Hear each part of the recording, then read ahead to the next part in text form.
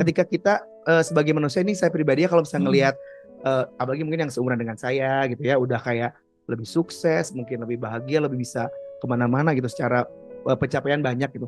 Tapi kenapa secara pribadi itu ada rasa di dalam diri ini sebagai manusia ya, kayak akhirnya membandingkan gitu, kayak oh kenapa ya dia bisa, terus kenapa aku belum misalnya. Terus kayak ada rasa-rasa kayak pengen juga, mungkin lebih jauhnya kalau itu ya iri lah, cemburu lah gitu. Itu kenapa bisa seperti itu sebagai sifat dasar manusia yang akhirnya kita mungkin nggak ngelihat dari TikTok aja, tapi dari lihat ke semuanya, cerita teman, ngelihat di TV gitu. Kenapa ada hal yang bisa seperti itu gitu? Wah. Pertama ini pengalaman pribadi ya. Semua kita kan pernah cemburu dan pernah pengen apa yang orang lain punya. Ya. Itu udah menjadi sebuah ujian fitrah manusia. Ujian fitrah manusia. Ya, bukan hanya fitrah tapi ujian. Karena fitrah ini ada yang anugerah, ada yang ujian. Jangan mentang-mentang fitrah terus kita jadi cari validasi, pembenaran lah. Oh ini kan fitrah, ini kan manusiawi ya, tapi ujian. Ada juga fitrah tapi anugerah gitu. Nah, keinginan memiliki apa yang orang lain miliki itu adalah salah satu ujian fitrah manusia. Artinya semua orang tuh punya rasa kayak gitu. Aku juga punya dalam konteks duniawi, dalam konteks karir, dalam konteks keluarga gitu kan. Kalau dalam konteks akhirat itu justru anugerah sih.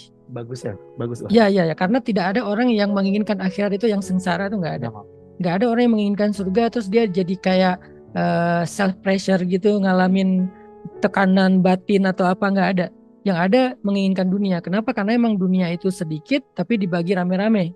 Surga itu banyak tapi dibagi sedikitan. Kan itu filosofi berpikirnya. Tapi yang mau aku sampaikan adalah perasaan kayak gitu tuh normal. Semua orang punya.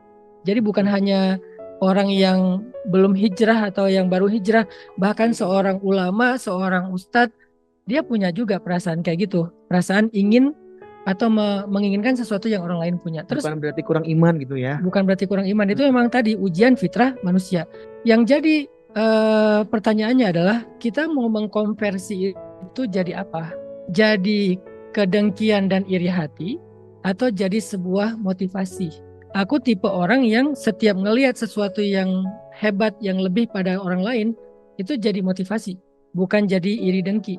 Apa bedanya iri dengki dengan motivasi? Iri dengki itu kayak melupakan effortnya, melupakan perjuangannya, melupakan. Jadi kita tuh lebih seneng untuk hanya membanding-bandingkan diri kita sama orang lain.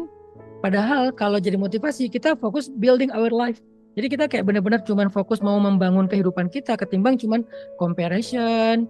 Oh dia gini, aku gini. Dia gitu, kita gitu. Dan seterusnya. Itu tuh iri. Kalau udah sampai dengki, kita pengen dia jatuh gitu. Kalau dia jatuh, kita happy. Kalau iri, ngebandingin. Kok kita nggak gitu ya? Habis energi hanya untuk ngebandingin doang. Tapi kalau motivasi, justru dia jadi kayak dibawa menjadi sebuah spirit, menjadi sebuah bahan bakar untuk dia build kehidupan dia sendiri gitu. Dia mulai apa, dia fokus ngerjain apa, ke sana arahnya.